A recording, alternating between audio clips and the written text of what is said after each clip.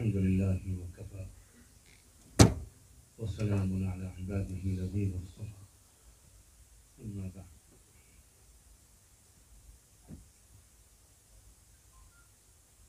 أعوذ بالله من الشيطان الرجيم بسم الله الرحمن الرحيم لقد أرسلنا رسلنا بالبينات وأنزلنا معهم الكتاب والميزان ليقوم الناس بالقسط وقال تعالى وقال الذين كفروا لرسلهم لنخرجنكم من أرضنا أو لتعودن في ملتنا فأوحى إليهم ربهم لنهلكن الظالمين ولنسكننكم الأرض من بعدهم ذلك لمن خاف مقامي وخاف وعيد سبحان ربك رب العزة عما يصفون وسلام على المرسلين والحمد لله رب العالمين اللهم صل على سيدنا محمد وعلى آل سيدنا محمد وبارك وسلم قدر علی وقار اور بہت قابل احترام خواتین و حضرات،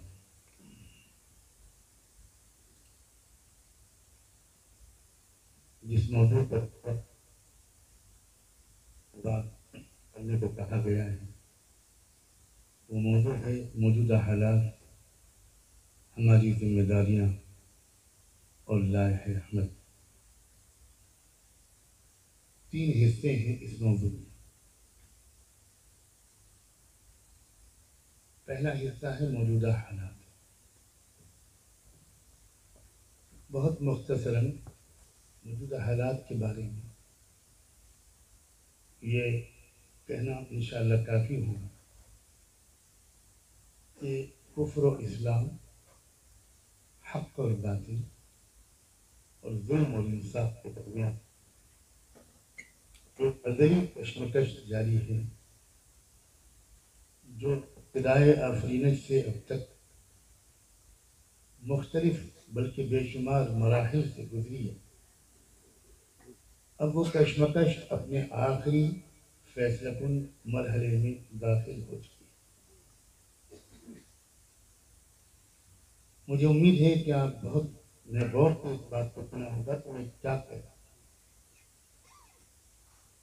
یہ ایک دو پارٹیوں کا ٹکراؤ نہیں ہے، اور میں جب بات کر رہا ہوں تو تناظر میں بھی بات کر رہا ہوں اور عالمی تناظر میں بھی۔ یہ کشمکش ہمیشہ سے رہی ہے اور مختلف مراحل سے گزری ہے۔ عالمی پیمانے پر یہ کشمکش اب اپنے آخری فیصلہ کن اسٹیج میں داخل ہو چکی ہے۔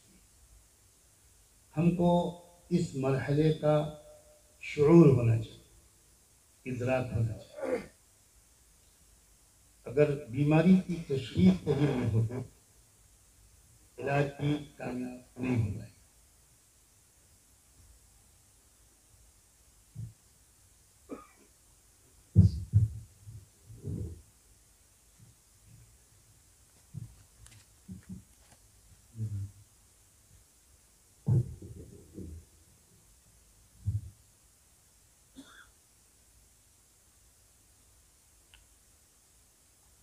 مختلف مصالح کے تحت اس کشمکش کو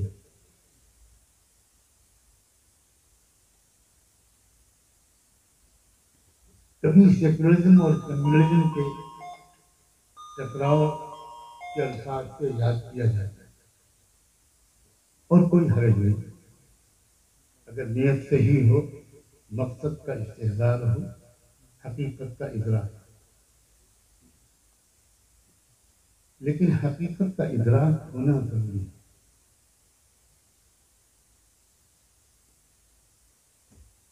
اور اس فیصلہ کن مرحلے کا بھی تفصیلی تذکرہ احادیث نبویہ میں بہت وضاحت کے ساتھ آتا ہے۔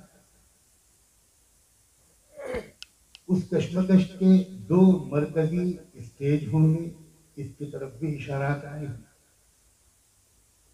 خاتم النبیین صلی اللہ علیہ وآلہ وسلم کی دی ہوئی آگاہیوں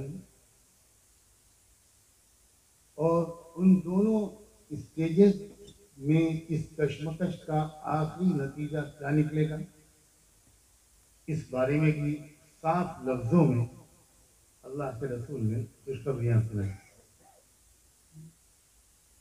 اور اس کشمکش کے دوران کتنے سخت چیلنجز کا سامنا انصاف کے علم برداروں کو کرنا پڑے گا، کتنی قربانیاں دینی پڑیں گی، امتحان کی کیسی سخت کسوٹیوں پر ان کو کسا جائے گا، کس انداز سے ان کے ٹیسٹ لیے جائیں گے، اس سب کا تذکرہ بہت تفصیل سے رحمت دو عالم صلی اللہ علیہ وآلہ وسلم نے فرمایا۔ یہ ہمارا قصور ہے کہ ہماری گفتگوؤں میں، مذہبی تقریروں میں، دینی اصلاحی بیانات اور تحریروں میں اس وضاحت کے ساتھ اس موضوع پر گفتگو ہونی چاہیے وہ شاید اتنی نہیں ہوئی۔ اس وجہ سے موجودہ صورتحال کا حقیقی ادراک کہ یہ کیا مرحلہ ہے اور اس مرحلے میں کامیابی کے کیا مطالبے ہیں، تقاضے ہیں، کبھی کبھی چاہنے کے باوجود ہم میں سے بہت سے لوگوں کو اس کا پورا علم حاصل نہیں، اور علم نہیں ہوگا تو پھر عمل بھی اس کے مطابق کیسے ہوگا۔ تو میں کم سے کم اس باخبر مجمع کے سامنے جو کچھ میں نے اب تک عرض کیا ہے اس کی کوئی تفصیل اور دلائل پیش کرنے کی ضرورت محسوس نہیں، یہ ضرورت ضرور محسوس کرتا ہوں کہ عالمی حالات کو رائٹ اور لیفٹ کی لڑائی نہ سمجھیں، ڈفرینٹ پولیٹیکل جو ایفیلیشنس ہیں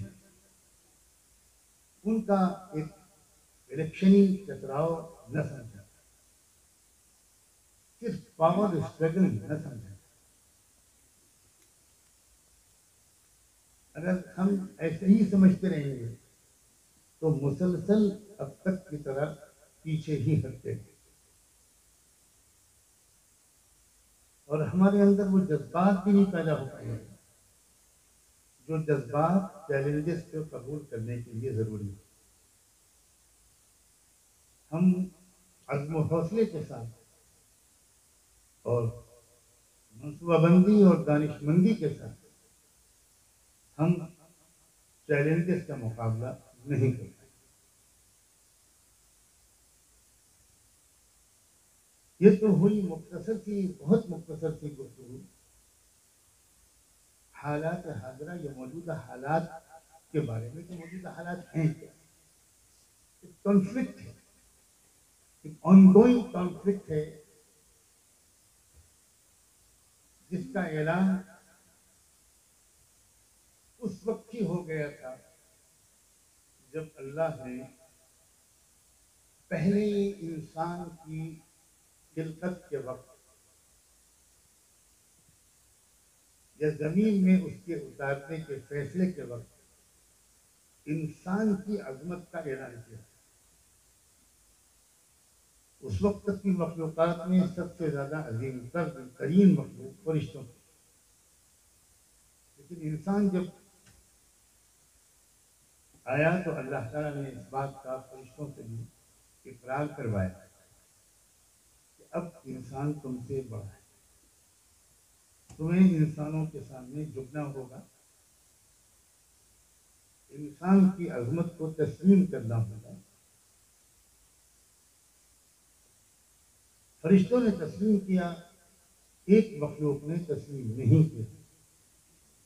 اس کو دو چیزوں کا پندار تھا، اپنی عبادتوں کا بھی اور اپنے عقل مندی کا،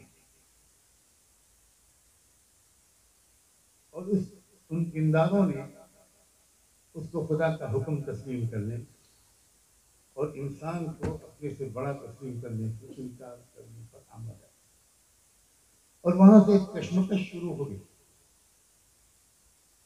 اور وہ کشمکش جاری ہے اور جاری رہے گی۔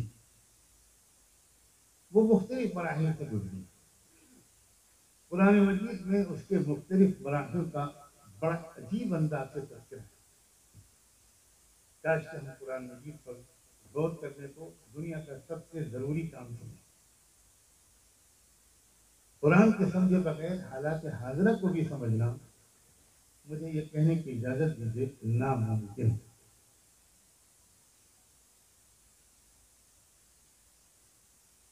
اب عنوان کا دوسرا حصہ ہے ہماری ذمہ داریاں۔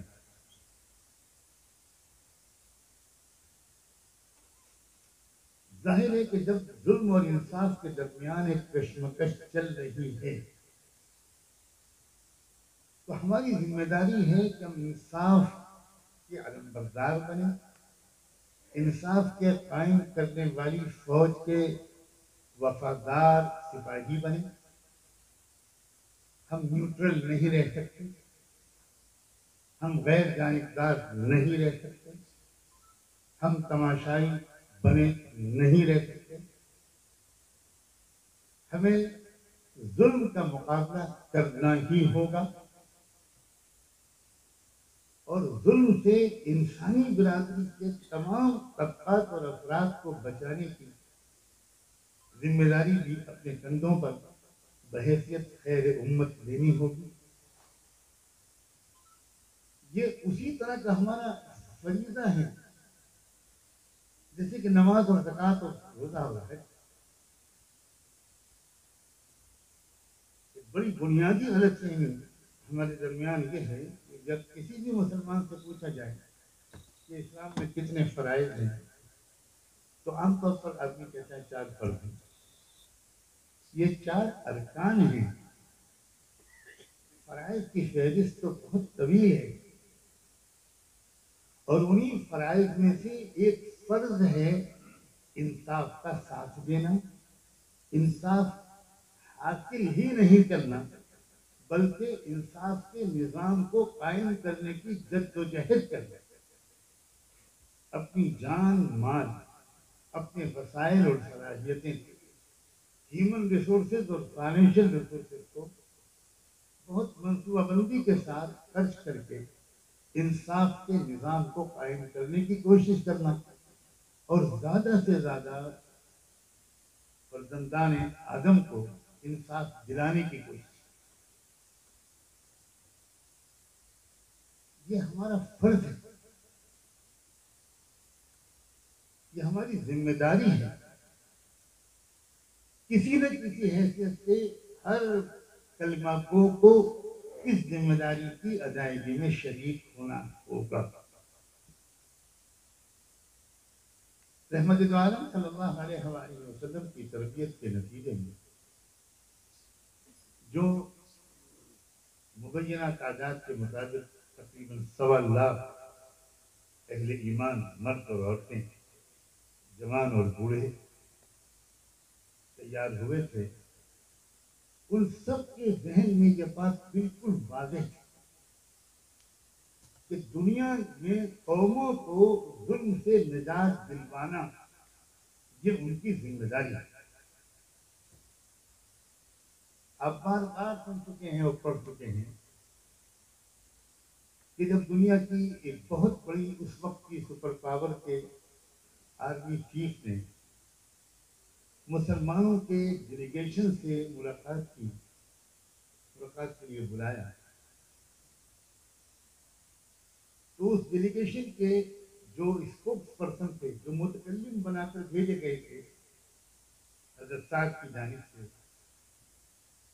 تو ان سے اس آدمی چیف نے ایک سوال کیا، من الذی جاء بکم، تم لوگ عرب سے چل کر یہاں کیوں آئے؟ اسپیسیفک مقصد بتاؤ۔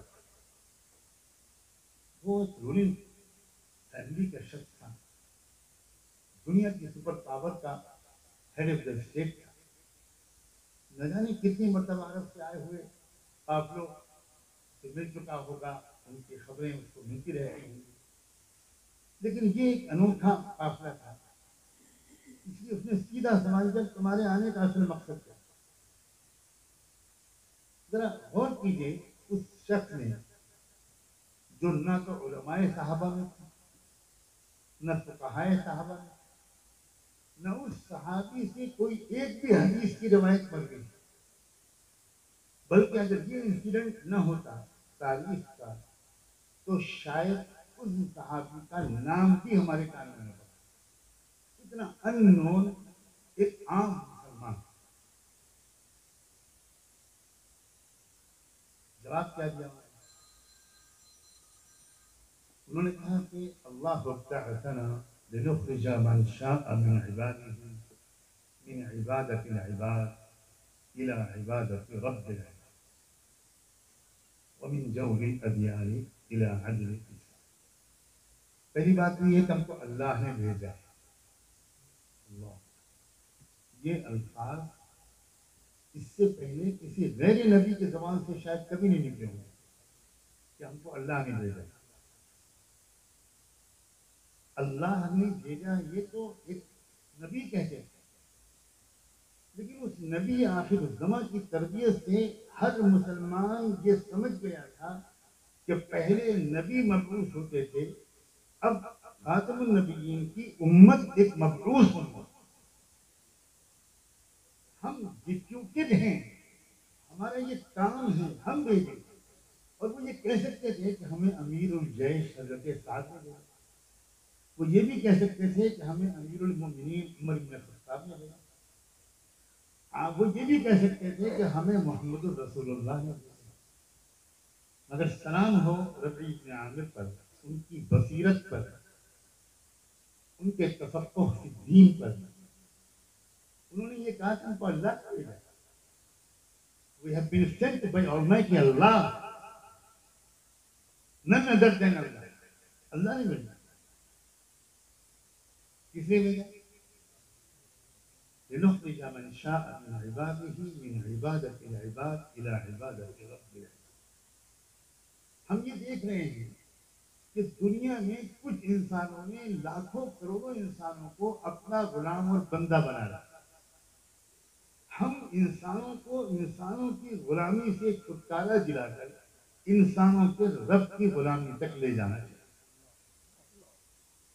کیا عرض کروں، سفینہ چاہیے بحر بے شرح کے لیے، یہ گمنام صحابی اور گستاخی معاف، یہ دیہاتی اور بدوی صحابی، ان پڑھ صحابی، یہ پوری دنیا کے سوشل اور پولیٹیکل حالات سے اور اکنامیکل حالات سے اس قدر واقف تھے کہ وہ یہ کہہ رہے تھے کہ یہ تمہارا دنیا کے موجودہ نظام میں کروڑوں میرے انسانی بھائیوں اور بہنوں کو غلام بنا رہے ہیں۔ یہ ہے انٹرنیشنل جو سسٹم ہے، جو ایکسپلائٹیشن بیسڈ سسٹم، اس ایکسپلائٹیشن بیسڈ سسٹم کی تشخیص ادھر ادھر کے الفاظ ہم بولتے ہیں، اور وہ بھی یا تو ناواقفیت کی وجہ سے یا جرأت کی کمی کی وجہ سے۔ انہوں نے صاف کہا کہ ہمیں غلامی سے نکالنا ہے، کسی انسان کا غلامی ہے۔ اس کا مطلب یہ ہوا کہ اسلام انسانیت کو آزادی دلانے کی تحریک کا نام دیا۔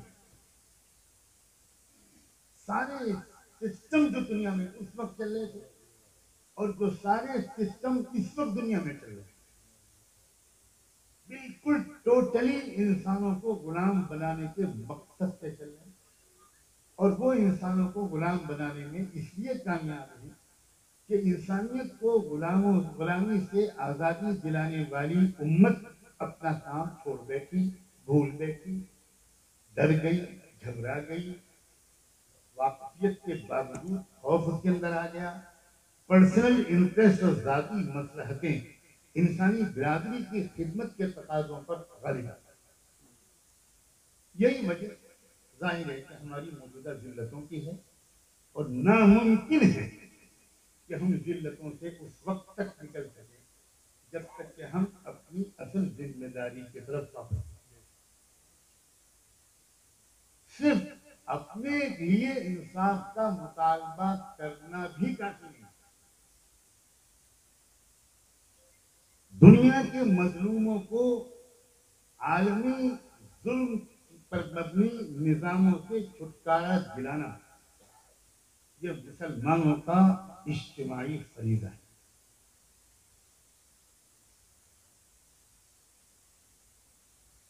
یہ سب میں اسی عنوان پر بات کر رہا ہوں، موجودہ حالات اور ہماری ذمہ داری۔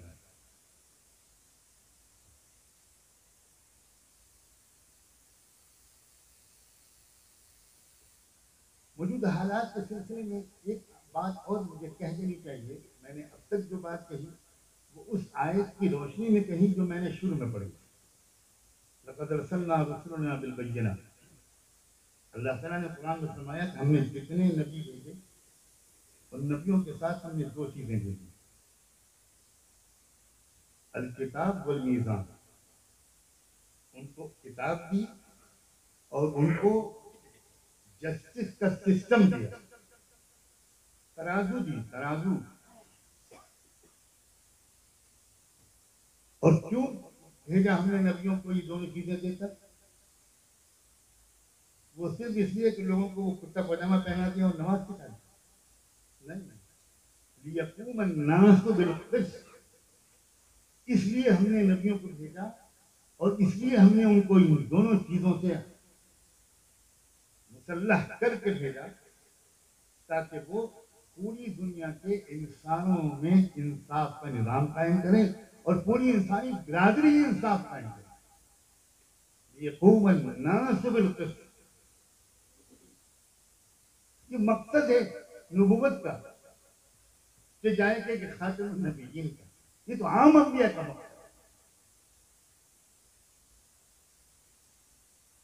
رحمت عالم صلی اللہ علیہ وآلہ وسلم تو ان تمام ذمہ داریوں کے جامع بن کر آئے تھے جو ذمہ داریاں الگ الگ وقت میں الگ الگ انبیاء علیہ السلام نے ادا کی۔ اس نے یوسف دم عیسیٰ ید بیضا داری آنچ خوباں ہمہ دارا تو تنہا دارا۔ سارے نبیوں کا، بڑے بڑے اولو العزم پیغمبروں کا ذکر کرنے کے بعد قرآن میں ایک جگہ پر کہا گیا حضور کو مخاطب کر کے اولئک الذین ھداھم اللہ فبھداہ مقتدہ، یہ ہیں وہ سب میرے بندے جن کو میں نے صحیح راستہ دکھایا تھا، اے محمد تم بھی ان کے مقتدی بن کر چلنا۔ امام الانبیاء ان کو مقتدی بنایا گیا اور وہ کوئی عار محسوس نہیں کرتا۔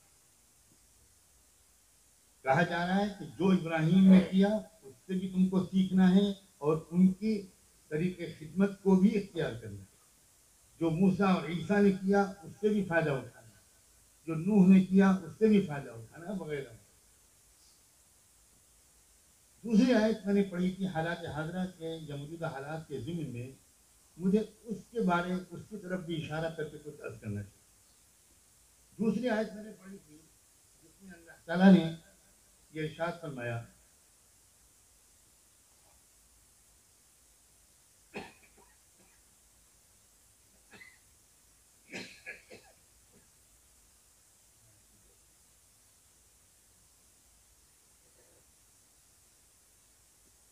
کہ ہر نبی کو اپنی دعوتی زندگی میں ایک مرحلہ ایسا پیش آتا تھا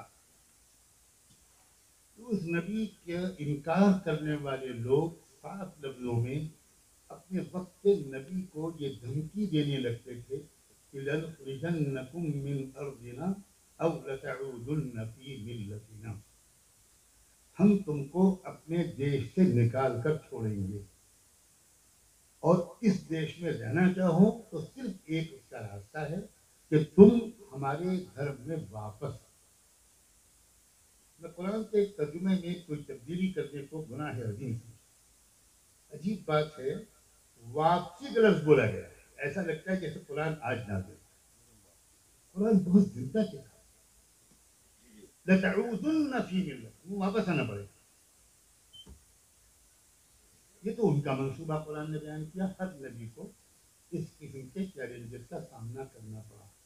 تو کوئی نئی بات دنیا میں نہیں ہو رہی، یہ ہمیشہ ہوتا ہے. یہ ایک اسٹیج ہے جس کو آنا ہی ہے.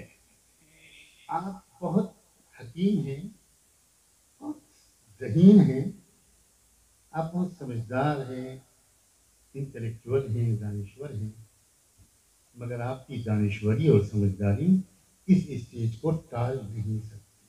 You can't avoid it. یہ تو آیا ہے اور آئے گا. یہ تو سخت.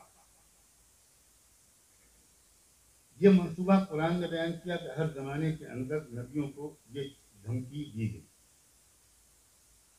اب اللہ کا منصوبہ کیا تھا وہ بھی اللہ نے بیان کیا.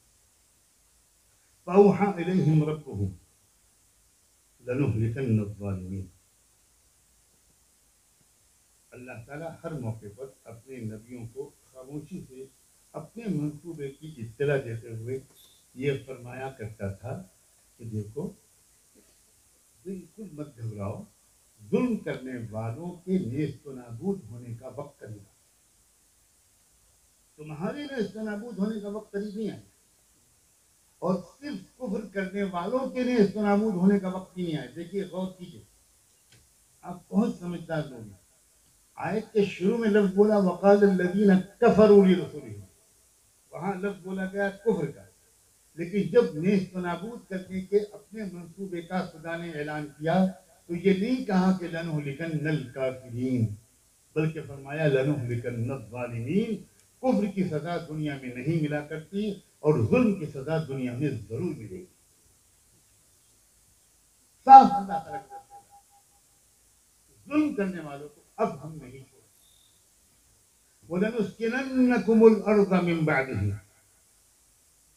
جس ملک اور جس علاقے اور زمین کے جس خطے سے یہ تم کو نکالنے کی بات کر رہے ہیں، آنے والے زمانے میں تم وہاں رہو. یہ قرآن کی ذالک لمن خاف مقامی وخاف وعید. مگر ایک بات کا خیال رکھنا، یہ وعدے ہم ان کے لیے کر رہے ہیں جو روز محشر ہمارے سامنے کھڑے ہونے کی تیاری کر کے دنیا میں زندگی گزارے، آخرت کی فکر کے ساتھ اور آخرت کی فکر کے تقاضوں کو پورا کرتے ہوئے جو لوگ اس دنیا میں جئیں گے. ہمارے یہ خوشخبریاں ان کے لیے، میں موروثی اور نسلی قسم کے لوگوں کے لیے نہیں.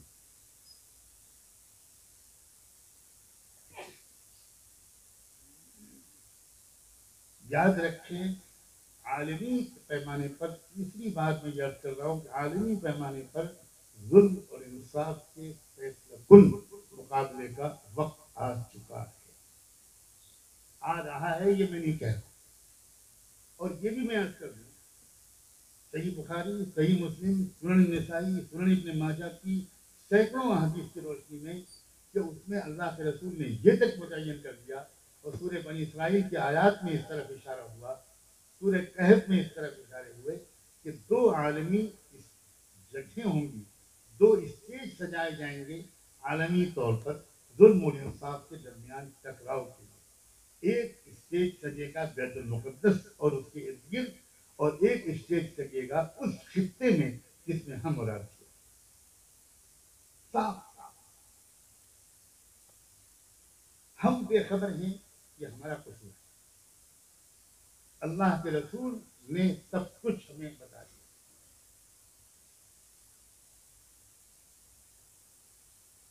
یہ سن کر کچھ لوگوں کے دل میں یہ تمنا ہو سکتی ہے خدا نہ خواستہ کہ کاش کہ ہم اس دور میں نہ پیدا ہوتے. اور یہ سن کر کچھ لوگوں کے دل میں یہ عزم پیدا ہو سکتا ہے کہ ہم بڑے خوش نصیب ہیں کہ ظلم و انصاف کی کشمکش کے فیصلے کن دور میں ہم پیدا ہوئے ہیں. اللہ ہم کو انصاف کا سپاہی بنا دے. کچھ لوگوں کے اندر یہ جذبہ ہو سکتا ہے، کچھ کے اندر یہ جذبہ. لیکن جذبے سے کام تو نہیں چلے گا. تقدیر الہی نے ہم کو ایک گولڈن اپارچونیٹی دی، بہترین موقع عنایت کرنا ہے. اب اگلا عنوان کا اگلا حصہ لاہ عمل کا.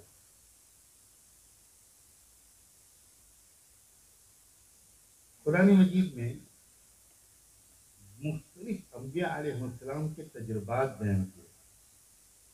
میں نے لفظ بدلا ہے، صرف قصے اور واقعات کا لفظ نہیں. تجربات، واقعہ تو سن سکتا ہے آدمی اور داد دے سکتا ہے، لیکن تجربوں سے تو فائدہ اٹھایا جاتا ہے، تجربوں سے تو سیکھا جاتا ہے. اور انبیاء علیہ السلام کے مختلف تجربات مختلف قسم کے حالات میں الگ الگ ان کا طرز عمل، الگ الگ ان کے ریسپانسز اور اپروچز، جس میں مقصد ایک اور طریقہ کار الگ الگ، یہ کثرت سے قرآن میں ہے. ان میں سے ایک تجربہ ہے جس کو صرف ایک صورت میں اول سے آخر تک بیان کر دیا. بچے کو کہاں کیسے لایا جائے مصر، اب یہ اللہ کی پلاننگ ہے.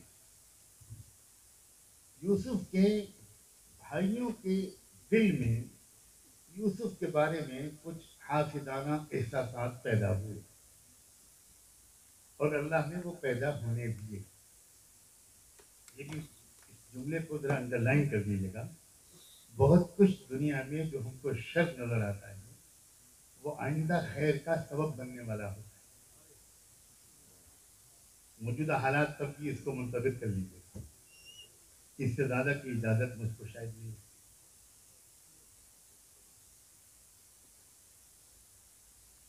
بھائیوں کے دل میں حسد پیدا ہے اور ان بھائیوں نے پلان بنایا کہ بھائی یہ تو برداشت کے باہر ہے کہ ابا کا زیادہ چہیتا یہ ہمارا چھوٹا بھائی ہے. بجائے اس کے کہ وہ یہ دیکھتے کہ آخر ہم میں کیا کمی ہے کہ ابا کی وہ شفقت ہم کو نہیں مل پا رہی، انہوں نے اپنی اصلاح کے بجائے اس کو راستے سے ہٹانے کا تیاری کی اور کئی ترکیبیں مشورے میں آئیں. بالآخر یہ طے ہوا کہ اس کو جنگل میں لے جا کر اندھے کنویں میں ڈالنا. کم جہاں پا ایسے ہی ہوا. اب انہیں کیا معلوم ان بھائیوں کو کہ وہ خدا کے منصوبے کیا ایک پہلے حصے کو پورا کرتے، انہیں نہیں. وہ تو اپنے شیطانی قسم کے جذبے سے بظاہر مجبور ہو کر یہ حرکت کر.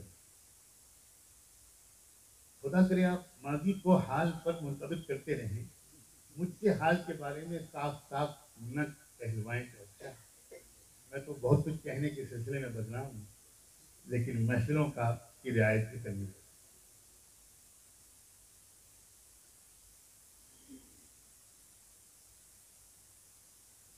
کنویں میں ڈال دیا، مطمئن ہو گئے. گھر پہ آ کر مگر مچھ کے آنسو بھی بہا دیے. وجہ وبا ہمیشہ یقون. باپ سمجھ بھی گئے اور صبر کے سوا کوئی چارہ کار نہیں. ادھر خدا کی پلاننگ کا اسٹیپ نمبر 2، ایک قافلہ جو مصر جا رہا تھا اس کے پاس پانی ختم ہو. یہ پانی اسی وقت کیوں ختم ہوا؟ اس کے بعد انہوں نے پانی کی تلاش کے لیے اپنا ایک بندہ بھیجا. وہ بندہ اسی کنویں کے پاس کیوں پہنچا؟ اب تو وہ جہاں کر دیکھتا ہے تو وہ تو چیخ اٹھتا یا بشرا ہادا غلام، آگ لینے آئے تھے پیمبری مل گئی، یہاں تو سونے کی چڑیاں مل گئی.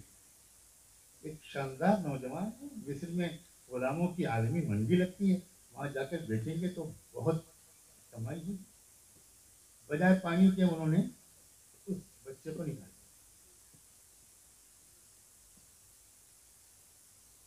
پانی وہیں پر کیوں ختم ہوا؟ اس کنویں پر وہ کیوں آئے اور ان کے ذہن میں یہ بات کیوں آئی؟ وہ لے کر بچے کو آگے مصر ہی کیوں لے گئے؟ کیا یہ اللہ کی پلاننگ کے بغیر ہوا؟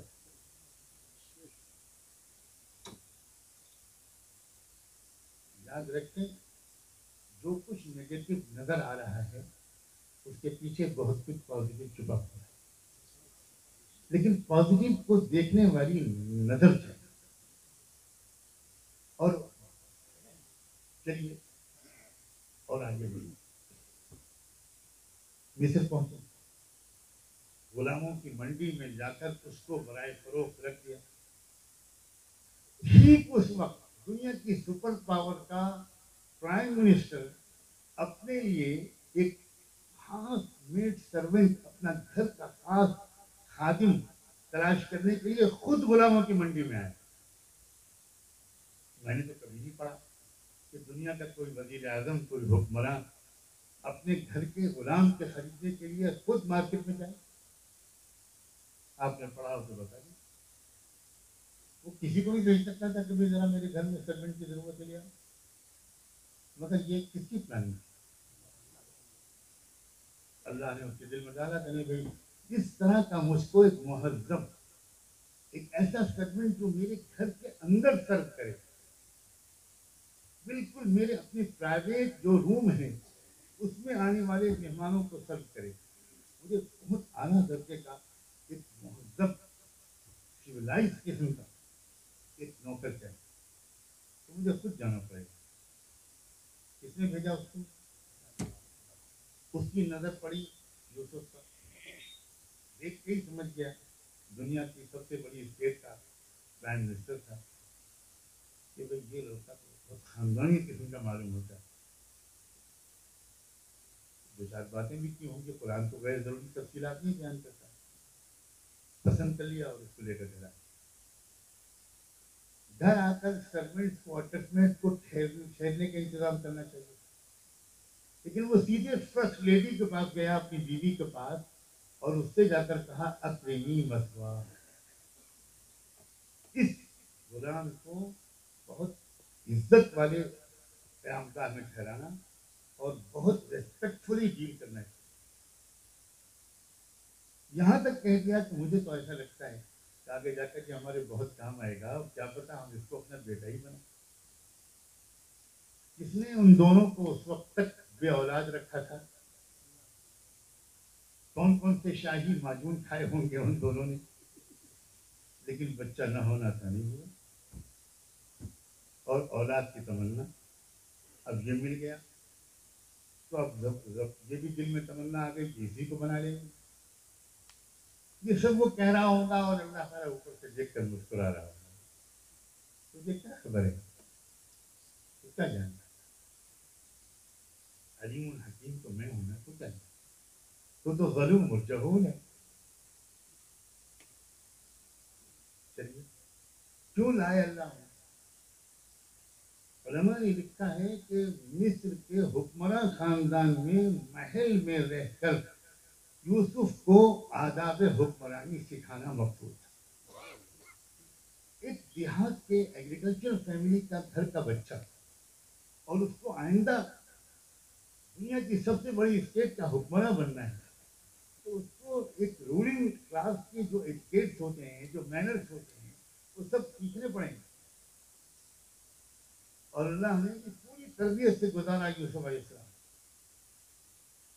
کیا کچھ رہ کر ان کے ذہین انسان نے سیکھا ہوگا.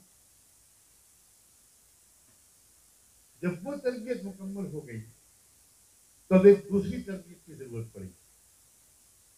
وہ یہ کہ اس شخص سے ایک طرف تو آداب حکمرانی, شاہی اور حکمراں خاندان کے مینرز, ویلیوز, ان کی ٹریننگ مکمل کرانی تھی, وہ ہو گئی.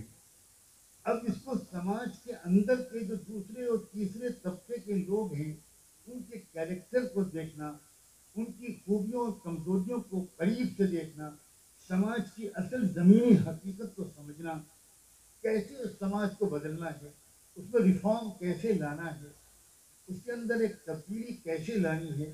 اس کے لیے سماج کے اس نچلے طبقے کے اندر بھی ایک وقت تک گزارنا یوسف کی تربیت کے لیے ضروری تھا, اور اس کی بہترین تربیت گاہ جیل.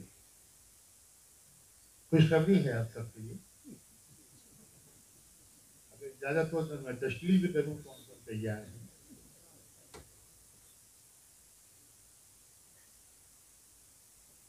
میں ابھی تک خود تو نہیں جیل گیا, کوشش تو 25-30 سال سے جاری ہے. لیکن میرے بڑے بھائی 9 مہینے جیل میں رہے علی گڑھ مسلم یونیورسٹی کے فوج کے ٹھیک ٹھاک رہے. اس لیے ہر ہفتے ہمارا جیل جانا ہوتا تھا. تو جیل کے اندرونی حالات سے تھوڑی بہت واقفیت تھی. اور تب میرا ذہن سب سے منتقل ہونا شروع ہوا. اور تب میں نے تفسیر کی کتابوں میں اس کی تاریخ کھنگالنی شروع کی اور اپنی تفسیر کے بڑے اساتذہ سے اس بارے میں گفتگویں کی. بہت علمی رہنمائی ملی.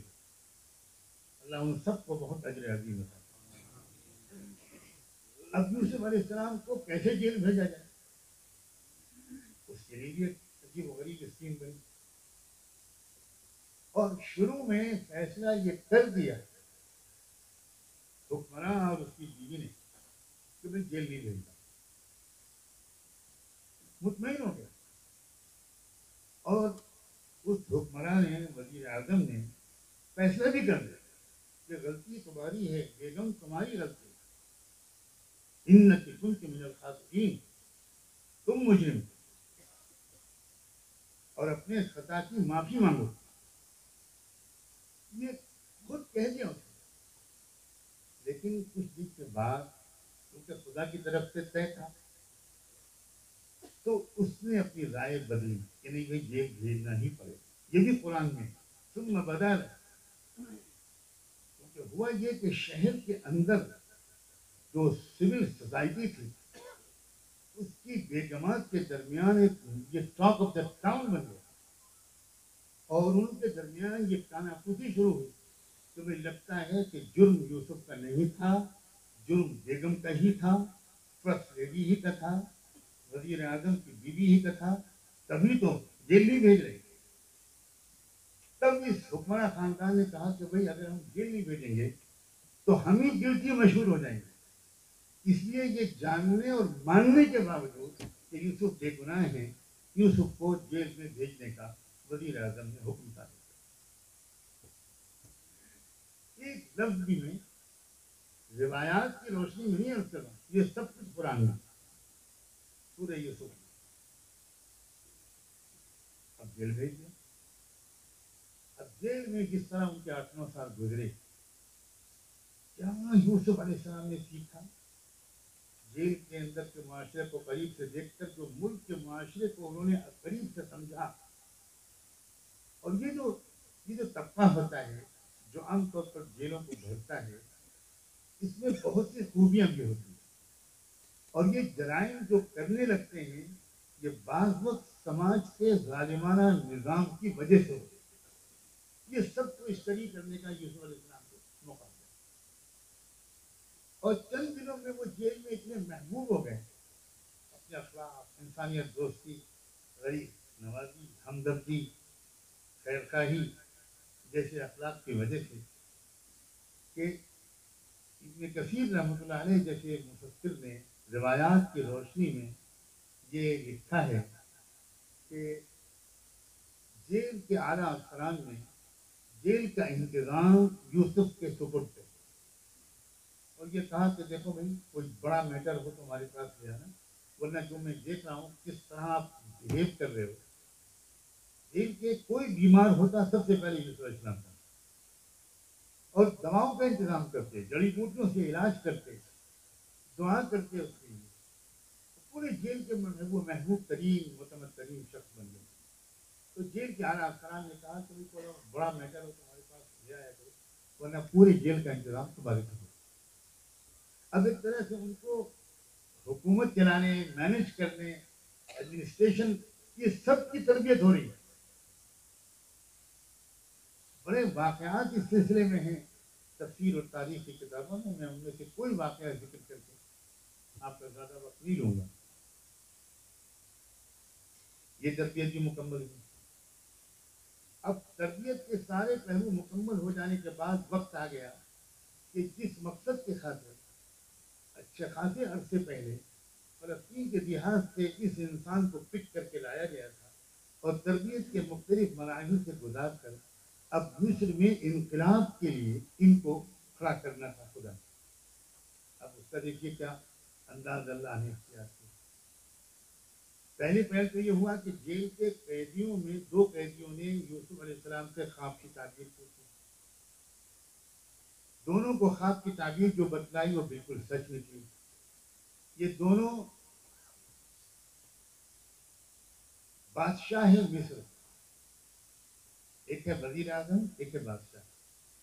بادشاہ مصر کے جو کچن کا جو خاص عملہ تھا، جو بادشاہ کے خصوصی مہمانوں کو کھانا اور ڈرنک سرو کرنے کے 2 ذمہ دار لوگ تھے، ان دونوں پر ایک مقدمہ چلا تھا کہ انہوں نے بادشاہ کو مشروبات میں یا کھانے میں زہر دیا. تو ایک پر مقدمہ چلا، دونوں پر مقدمہ چلا، اور ان دونوں نے یوسف علیہ السلام سے پوچھا کہ ہم نے ایک خواب دیکھا ہے اور ہم نے بھی ایک خواب دیکھا ہے، تعبیر کیا ہے؟ تو یوسف علیہ السلام نے خواب کی تعبیر بتائی کہ دیکھو تم پر تو جرم ثابت ہو جائے گا اور تمہیں سزائے موت ہوگی، اور تم پر جرم ثابت نہیں ہوگا، تم رہا کر دیے جاؤ گے اور واپس اپنی ڈیوٹی کو جوائن کرو. ایسے ہی ہوا. اب جب یہ انسان جس پر جرم ثابت نہیں ہوا یہ رہا ہو کر جانے لگا تو جاتے جاتے یوسف علیہ السلام نے اس سے کہا کہ اس پر میں درم کی، تم اب جا رہے ہو اور وہیں پر جا کر بادشاہ کے پاس اپنی ڈیوٹی جوائن کرو گے تو ذرا میرا بھی تذکرہ کر دینا. ابھی وقت نہیں آیا تھا اس لیے شاید وہ بھول گیا، اسے یاد ہی نہیں رہا. اب کچھ دن کے بعد جب وہ وقت آ گیا تو بادشاہ نے خواب دیکھا. اب اس نے اپنے تعبیر کے جاننے والوں سے خواب کی تعبیر پوچھی، کوئی بتا نہیں پایا، اور یہ نہیں کہا کہ ہم لوگ سمجھ نہیں پا رہے، بلکہ یہ کہا کہ یہ فضول سا خواب ہے، کوئی میننگ فل خواب نہیں ہے، آپ اس چکر میں نہ پڑیے. ظاہر ہے ہم جیسے لوگ اپنی لا علمی کا اعتراف نہیں کر پاتے، یہ کہہ کے کام چلاتے ہیں کہ اس مسئلے میں 2 قول. مولوی حضرات کو سمجھ گئے، انہوں نے بھی یہی کہہ کے کام کیا، اضغاث و احلام وما نحن بتاویل الاحلام بخبیر. لیکن بادشاہ مطمئن نہیں، بادشاہ سمجھ رہا تھا کہ یہ میرا خواب جو ہے اس میں کوئی میسج ہے. اب یہ جو سرونٹ تھا ڈرنکس کا انچارج جو بری ہو کر گیا تھا، اس نے اس کو یاد آ گیا اور اس نے بادشاہ سلامت سے کہا کہ میں جب جیل میں تھا تو ایک بندہ تھا وہاں جو خواب کی تعبیر کا بڑا ماہر تھا، اور اس نے میرے اور میرے ساتھی کے خواب کی جو تعبیر بتائی وہ بالکل سچ نکلی، صحیح نکلی. اس لیے بادشاہ سلامت اگر آپ اجازت دیں تو میں چلا جاؤں، آپ مجھے بھجوا دیجیے، میں آپ کے خواب کی تعبیر جیل کے اس شخص سے پوچھ کر. بادشاہ نے فوراً سرکاری انتظامات کے ساتھ اس کو جیل بھیجا اور اس نے آ کر بادشاہ کے خواب کی تعبیر پوچھی. یوسف علیہ السلام نے خواب کی تعبیر کو یہ بتائی کہ بادشاہ سے یہ کہنا کہ آپ کا ملک ایک فوڈ کرائسس میں مبتلا ہونے والا ہے. ذرا غور سے سنیے گا، بہت ریلیونٹ حصے پر ہم آ گئے. غذائی بحران میں آپ کا ملک مبتلا ہونے والا ہے.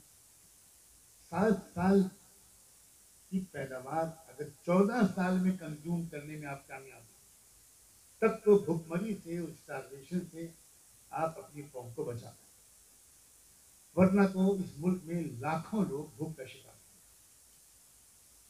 اور ترکیب بھی بتا دی تعبیر کے آداب کہ 7 سال کی پیداوار کو اس پروفیشنل انداز سے آپ اسٹاک کروائیں تو وہ 14 سال تک کام آ سکتی ہے. اس کی ترکیب میں بتاتا ہوں، یہ ہے یہ ہے یہ ہے.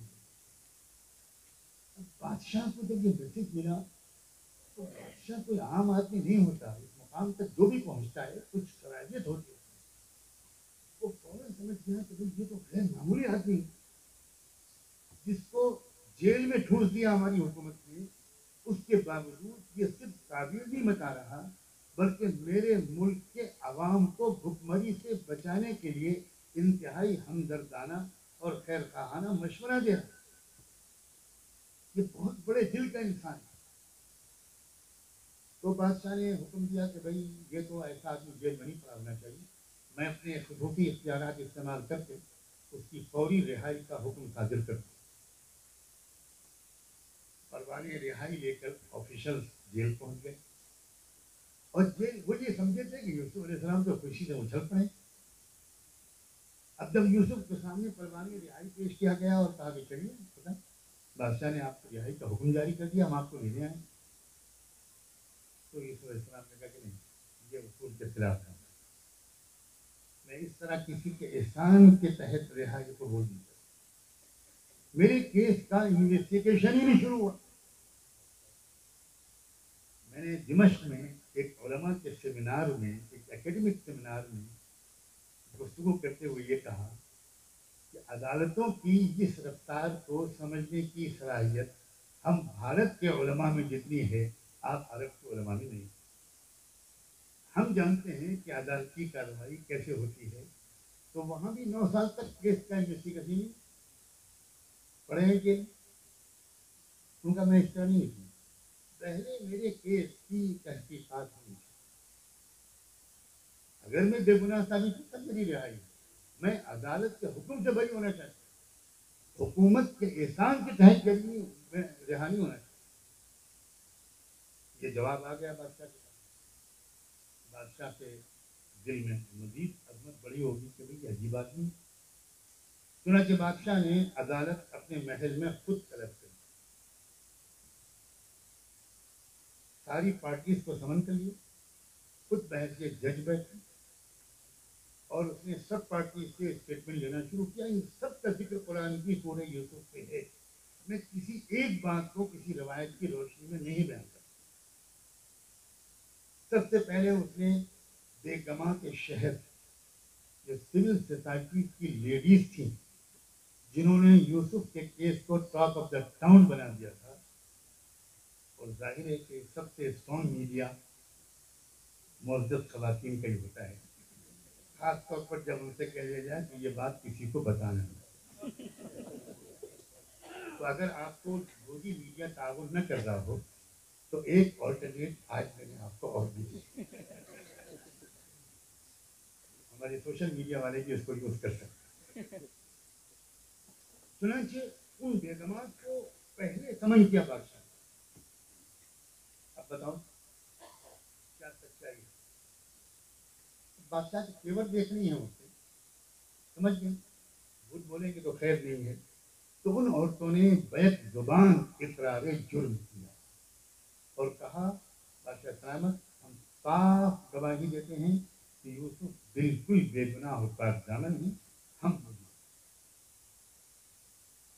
اسٹیٹمنٹ ریکارڈ ہو گیا۔ نیکسٹ، اب نیکسٹ کون تھی؟ پرائم منسٹر کی بیوی، عزیز مصر کی بیوی، امرأۃ العزیز۔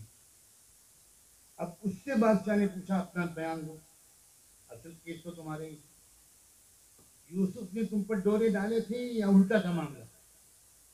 تو اب فرسٹ لیڈی بھی بول اٹھی الآن حصل الحق انا راودته عنه۔ بادشاہ سلامت، دودھ کا دودھ اور پانی کا پانی الگ ہو چکا، میں اقرار جرم کرتی ہوں، میں نے یوسف کو پھنسانے کی کوشش کی تھی، یوسف بالکل نہیں۔ یہ بھی بیان ریکارڈ ہو گیا۔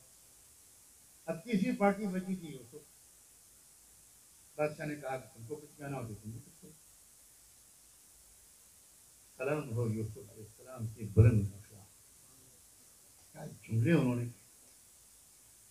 نے کہا بادشاہ سلام ذلك ليعلم اني لم اخنه بالغيب وان الله لا يهدي كيد الخائنين۔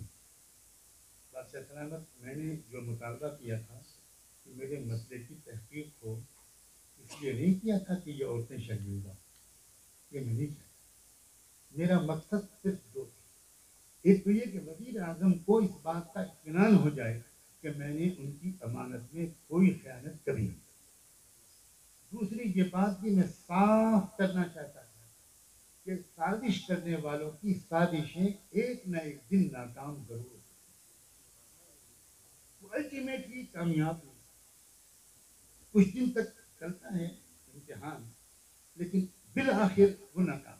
میں دو باتیں منظر عام پر لانا چاہتا ہوں اور یہی میں کہنا چاہتا ہوں۔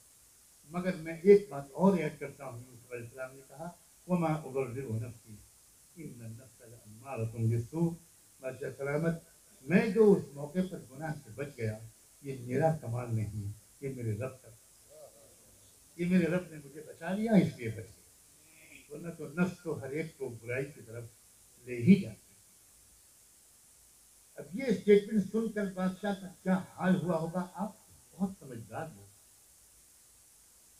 ودن منٹس بادشاہ سمجھ گیا کہ یہ تو ہیرا ہے، یہ کسی اور دنیا کی مخلوق ہے، اور میرے ملک کو اگر کوئی بچا سکتا ہے تو صرف یہ بچا۔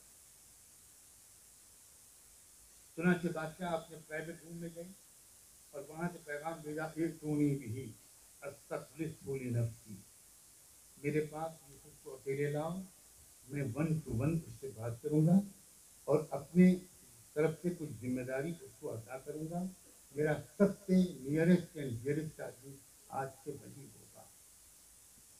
اب یوسف تنہائی میں بیٹھتے ہیں بادشاہ کے پاس،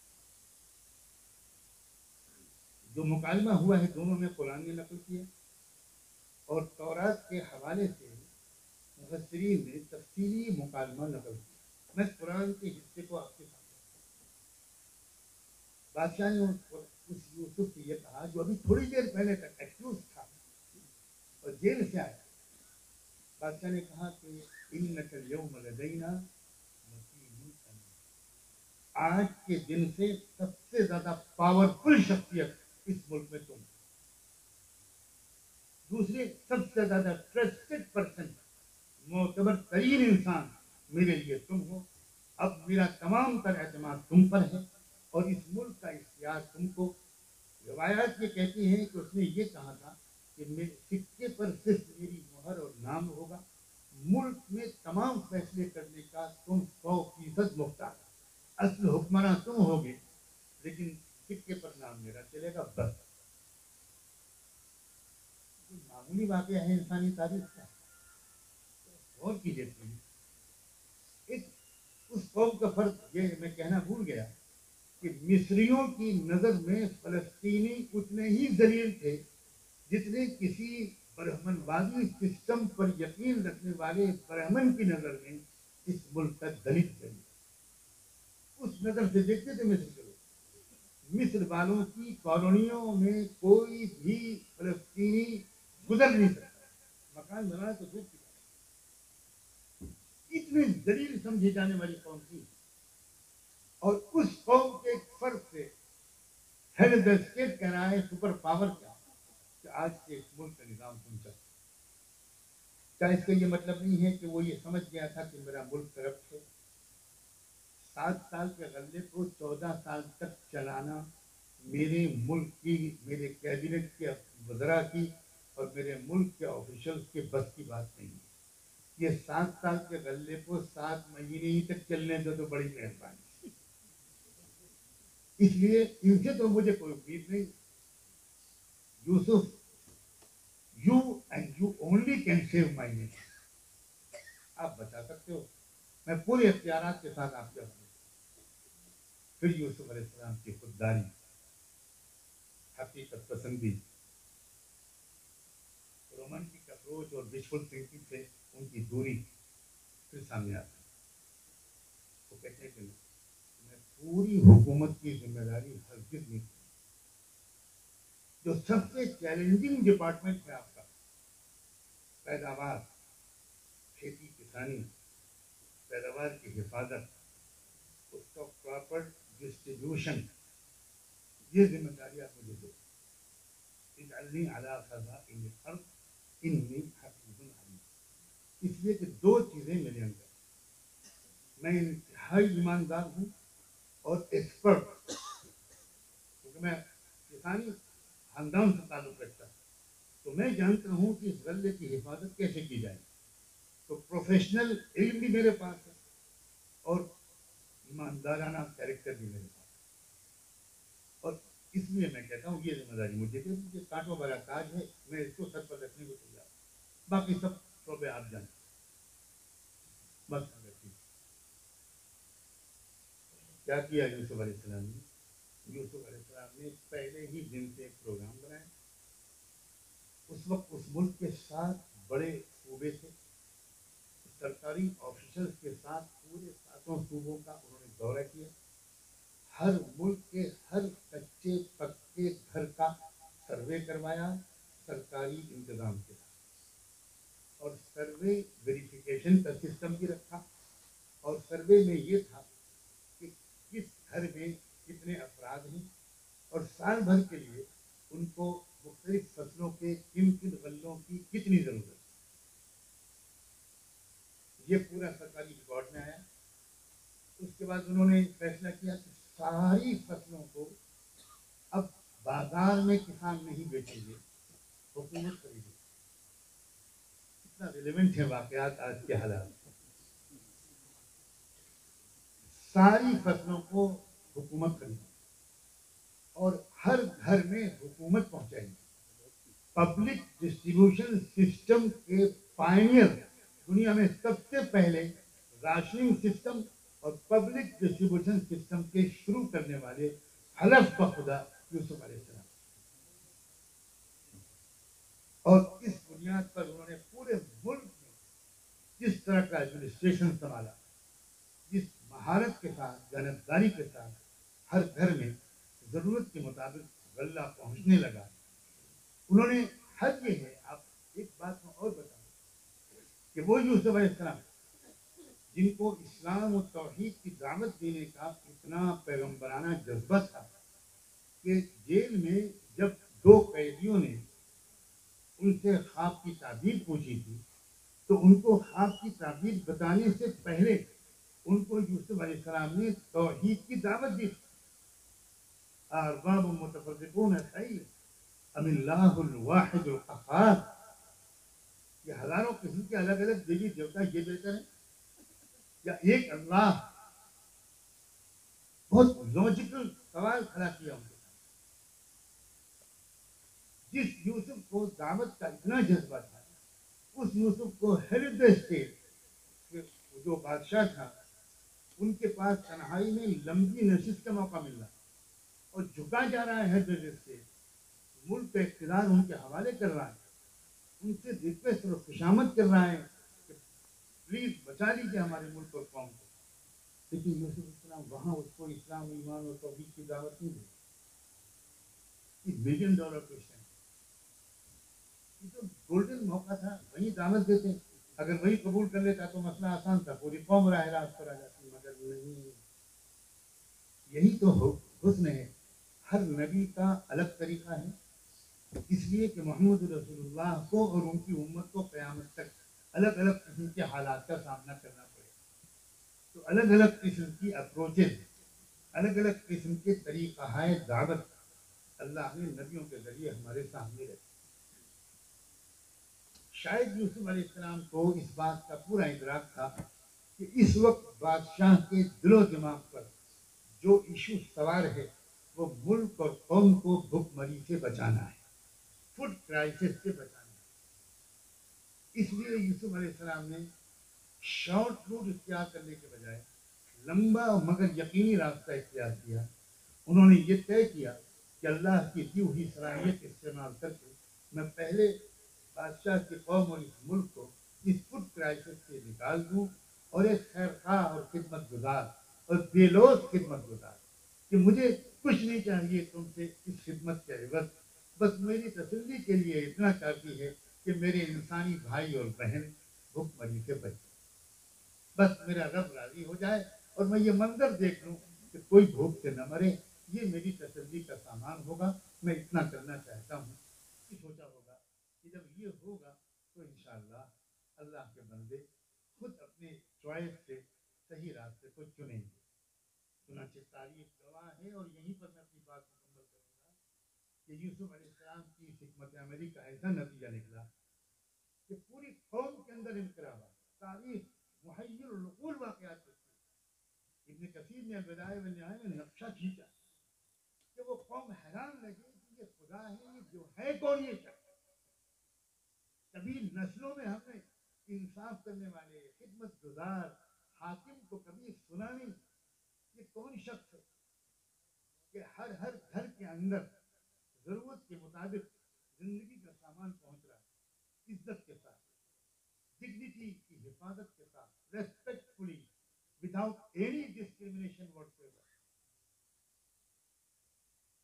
چنانچہ یہ ہے تاریخ کی گواہی کہ شاید یوسف علیہ السلام کو براہ راست قوم کو دعوت دینے کی ضرورت ہی نہیں پڑی، پوری قوم اسلام پر انقلاب آ گیا. انہوں نے دیکھ لیا یہ کیریکٹر، یہ اخلاق، یہ خیر خواہی، اسی کا راستہ ہے، یہ سچا ہے، یہ جانتا ہے. یہ ہے جواب اس بات کا کہ راہ عمل ہمارا کیا ہونا ہے. چند لفظوں میں اس کی وضاحت کر دوں تاکہ تشنگی زیادہ نہ رہے. ہمارا ملک اس وقت جس مرحلے سے گزر رہا ہے، میں بہت دکھے دل کے ساتھ ایک ملک کے ہمدرد شہری کے حیثیت سے کہتا ہوں کہ گورننس اور انصاف نام کی کوئی چیز ملک میں نہیں. یہ ایک منفی خبر بھی ہے، ایک نیگیٹو ایسپیکٹ بھی ہے اس کا. لیکن آپ ذرا سا دیکھیے، یوسف کی نظر سے اس کو دیکھیے. یوسف علیہ السلام نے کوئی لعنت ملامت نہیں کرنی چاہیے. یوسف علیہ السلام نے کوئی بھڑکاؤ قسم کی باتیں نہیں کی. سلوشن کے ہمارے ملک کو ایک سلوشن کی ضرورت ہے. اس ملک میں گورننس نام کی کوئی چیز نہیں رہی.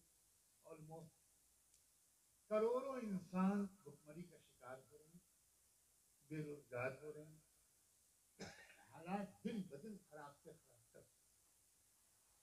یہ موقع ہے کاش رحمت العالم صلی اللہ علیہ وسلم کی امت کے خیرخواہ اور خدمت گزار کے طور پر اس ملک کے ضمیر کے سامنے آئے. اور یہ ملک یہ دیکھتا ہوں، اس ملک کے عوام و خواص، اس ملک کے پالیسی میکر، اس ملک کے پولیٹیکل ایکٹیوسٹ اور سوشل ایکٹیوسٹ، اس ملک کے این جی اوز کے چلانے والے لوگ، اس ملک کے عوام، غریب، کسان، مزدور، مظلوم، یہ دیکھتے کہ بھائی ہمارے ضلع میں، ہمارے شہر میں، ہمارے علاقے میں بس یہی لوگ ہیں جنہوں نے ہمارے بھوک کا خیال رکھا، ہماری خدمت کی، ہماری پریشانیوں میں یہی لوگ کام ہیں. یہ جس دن اجتماعی طور پر تصویر پیش کرنے میں ہم کامیاب ہو گئے، یقین رکھیے اللہ کے سسٹم کے مطابق ملک آپ کا ہوگا. یہ بالکل ایک فطری سا راستہ ہے. دو باتیں عرض کرنے کی اور اجازت چاہتا ہوں. اسی طرح کا ایک مضمون میں نے مارچ 93 میں جے پور کے جلسہ سیرت میں پیش کیا. بڑی تعداد میں میری گزارش پر نان مسلم انٹلیکچوئل وہاں آئے، تقریباً 1000 لوگ، غیر مسلم لوگ، مرد اور خواتین، اور مسلمانوں کا مجمع ہوتا ہے 5000 کا رہا. ان لوگوں نے اس وقت کے جو بہت ٹینس حالات تھے، کیونکہ بابری مسجد کی شہادت کو تھوڑا ہی عرصہ گزرا تھا، 2-3 صوبوں کی حکومتیں ڈسمس کی گئی تھی، اس میں راجستھان کی حکومت بھی تھی. تو وہاں کے سابق چیف منسٹر اور بی جے پی کے بہت سینئر لیڈر، کیا نام تھا، دھیر سنگھ شیخاوت، وہ بھی مہمان خصوصی کے طور پر جلسے میں بلائیں گے. سردی کا موسم تھا، اچھی خاصی سردی کی، رات میں جلسہ ہو رہا تھا کھلے میدان میں. 1 بجے رات تک وہ انتظار کرتے رہے، پھر وہ اٹھ کے جانے لگے. انہوں نے اپنی تقریر میں جو برادران وطن کے پڑھے لکھے لوگ حضور اکرم صلی اللہ علیہ وسلم کی شان میں خراج عقیدت پیش کرتے ہیں، اس طرح کے کلمات انہوں نے کہے، مگر بہت مختصر. لیکن یہ کہا کہ میں آپ کی معلومات میں کیا اضافہ کروں گا. اسٹیج پر بہت سے علماء بیٹھے ہیں، وجوان بیٹھے ہیں. ایک پرشن میرے ذہن میں بہت دور سے آتا ہے، مجھے اجازت دیجیے کہ میں آج وہ پرشن کروں، شاید آپ میں سے کوئی میرا جواب. وہ سوال جو انہوں نے رکھا وہ یہ رکھا کہ میں نے اسلام کو جتنا تھوڑا بہت پڑھا ہے، اس کی وجہ سے آج تک میری سمجھ میں نہیں آیا کہ وہ قوم غریب کیوں ہے جس قوم کے پاس زکوٰۃ جیسا سسٹم موجود ہے. اس کے بعد وہ اپنی بات کہہ کے بیٹھ گئے اور کئی علماء آتے رہے، تقریریں ہوتی رہیں. لیکن کسی مصلحت کے خاطر کسی نے بھی اس سوال کے ٹیسٹ نہیں. یہاں یہاں تک کہ 1:30 بج گئے رات کو اور وہ بیچارے اٹھ کے جانے لگے. تو میں نے منتظمین سے درخواست کی کہ ہم سب گنہگار ہو جائیں گے, ان کو 2 منٹ کے لیے روک لیجیے اور مجھے 1.5 منٹ کے لیے اس سوال کا جواب دینے کے لیے بلائیں. چنانچہ ایسے ہی ہوا, وہ بیٹھ گئے, میں پہنچا تو میں نے کہا کہ اس کا جواب صرف یہ ہے کہ جن لوگوں کو زکوٰۃ دینی چاہیے ان میں سے بڑی تعداد وہ ہے جو زکوٰۃ نہیں نکالتے, مرد اور عورتیں دونوں.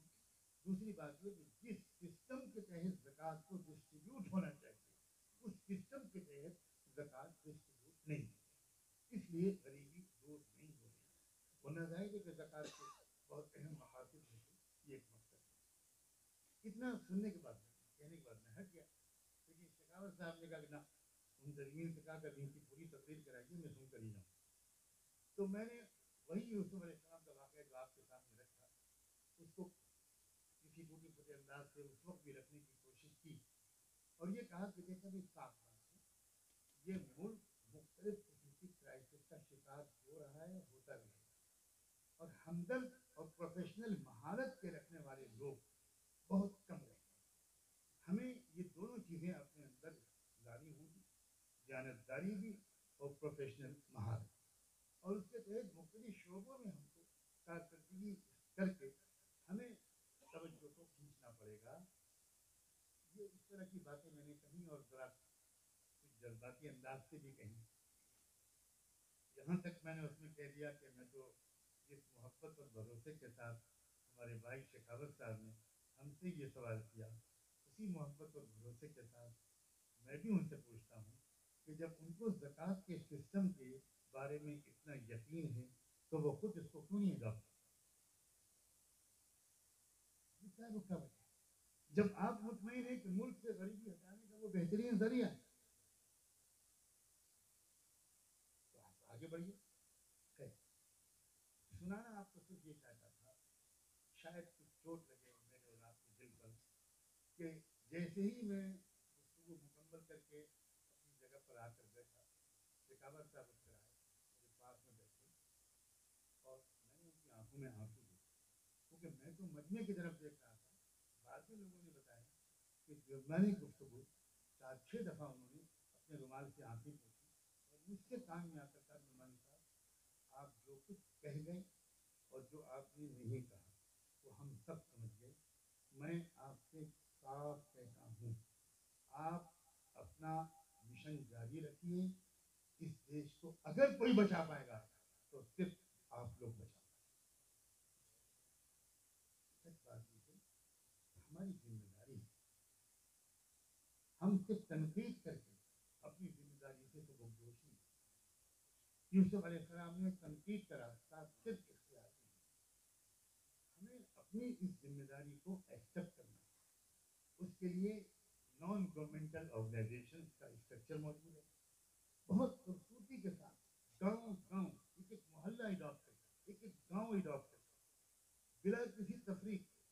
وہاں کے جو ہیو ناٹس ہیں, جو پرائز کلاس ہے, جو غریب اور محروم ہمارے بھائی اور بہن ہیں, ان کی بنیادی ضروریات کے پورا کرنے کا ایک ایماندارانہ سسٹم اگر پورے ملک میں ہم پھیلا دیں. ہر جگہ ہماری آبادی ہے اور ہم عام طور پر ہماری آبادی سماج کے اس طبقے سے قریب تر ہے, سوائے چند لوگ کے جو شہروں میں رہتے ہیں. بہت آسانی سے ہم اس کو مینیج کر سکتے ہیں. ایک ذاتی تجربہ جو 1 سال 2 سال کے اندر ہوا ہے, بس وہ آپ کو سنا کے اجازت چاہوں گا. میں 5-6 سال سے یہ محسوس کر رہا تھا کہ کسانوں کا جو حال اس ملک میں بدترین ہوتا ہے. میں مہاراشٹر میں رہتا ہوں, لوگوں کو یقین ہی نہیں آئے گا کہ چند سال کے عرصے میں لاکھوں کسانوں نے معاف کی, اور میں خود ان گاؤں میں گیا, ان خودکشی کرنے والے کسانوں کے گھروں میں گیا, بڑی آسانی سے ہم ان کی جان جانے سے بچا. غلطی ہو گئی, اللہ میں معاف کرے. میں نے وہاں کے نوجوان علماء اور انٹلیکچوئل, کچھ سماجی خدمت گزار, کچھ نوجوان, خاص طور پر نوجوان, ان کو تھوڑی سی ریکویسٹ کی کہ آپ لوگ اپنے گاؤں میں جا کر ایک ایک کسان بھائی سے ملیں اور اسی طرح ان کا بھروسہ حاصل کر کے یہ ان سے ریکویسٹ کریں کہ خدا کے لیے آپ اور کچھ مت سوچیے گا, آپ کے اوپر بینک کا جتنا بھی قرضہ ہے ہم لوگ ادا کرنے کی کوشش کریں. تو ہمارے لوگ کہ مولانا جب آپ ہم سے کہتے تھے کسان کسان کسان کسان تو ہماری سمجھ میں نہیں آتا تھا کہ آپ بھی کسانوں کے مسئلے پر اس قدر اہمیت کہ کیوں ہم اصرار کریں. لیکن ہم جب گھر گئے کسانوں کے تو ایک کسان نے تو کمال کر دیا ضلع اکولا کے. تو اس نے کہا بیٹی اپنی بیٹی کو آواز دی. 16-17 سال کی بچی سامنے آئی. کسان نے کہا کہ بس اس کی شادی کا انتظار ہے, اس کی شادی 4-6 مہینے میں ہو جائے گی, اس کے بعد مجھے تو آتم ہتیا کرنی ہی کرنی, کوئی راستے نہیں ہے. ہمارے لوگوں نے کہا کہ ہم آپ سے قسم کھا کے وعدہ کرتے ہیں اور آپ سے وعدہ لیتے ہیں, آپ کس طرح چاہیں بینک لون ادا ہم آپ کو چپکے سے لا کے کچھ پیش کرتے ہیں, آپ ادا کر دیں, کسی کو پتہ نہیں, ہم تیار ہیں اس کے لیے. تو اس کو تو پہلے یقین ہی نہیں آیا. لیکن جب ہمارے ساتھیوں نے 2-3 مہینے میں تقریباً 3-4 لاکھ روپے کلیکٹ کیے اور اس بینک کے قرضے کو ادا کرانے کے لیے کسان کے پاس پہنچے تو وہ تو چیخے دہاڑے مار کے بولے. اس نے کہا آپ کو دیوتا ہے کیا, ایسے لوگ بھی اس روڈ پہ رہتے. اور پھر اس کے بعد یہ سلسلہ آگے چل پڑا. اس طرح بہت سی چیزیں ہم لوگ کر سکتے ہیں. صرف شکوہ شکایت اور احتجاج کے کام تو نہیں چلے گا, اس کی بھی اپنی ایک حیثیت ہوتی ہے. لیکن قوم کی خود اعتمادی بھی بحال ہوگی, مثبت سوچ آئے گی, مایوسی ختم ہوگی, اور یہ نظر آئے گا کہ ہم صرف مانگنے والے لوگ نہیں ہیں, ہم سیویئر ہیں, ہم نجات دہندہ ہیں, ہم بچانے والے لوگ ہیں. اور اس سے جو نفسیاتی تبدیلی ہمارے اندر آئے گی, وہ نفسیاتی تبدیلی ہمارے سوچنے کے طرز میں, رسپانسز کے انداز میں بہت بڑا انقلاب پیدا کرے گی. یہ ہے اس عنوان پر میری مختصر سی معروضات. موجودہ حالات, ہماری ذمہ داریوں اور لاہ عمل میں سیر خدمت ہے, خیر خواہی ہے, اور رحمت للعالمین کے اس پہلو کا پرتو بن جانا یہ ہے. اس کے راستے کھلے ہوئے ہیں. کوئی حکومت آئے, کوئی سرکار آئے, اس کا راستہ کوئی بند نہیں کر سکتا. مجھے بہت شکر گزار ہونا چاہیے کہ ان معروضات کے پیش کرنے کا آپ نے موقع عنایت فرمایا. خصوصاً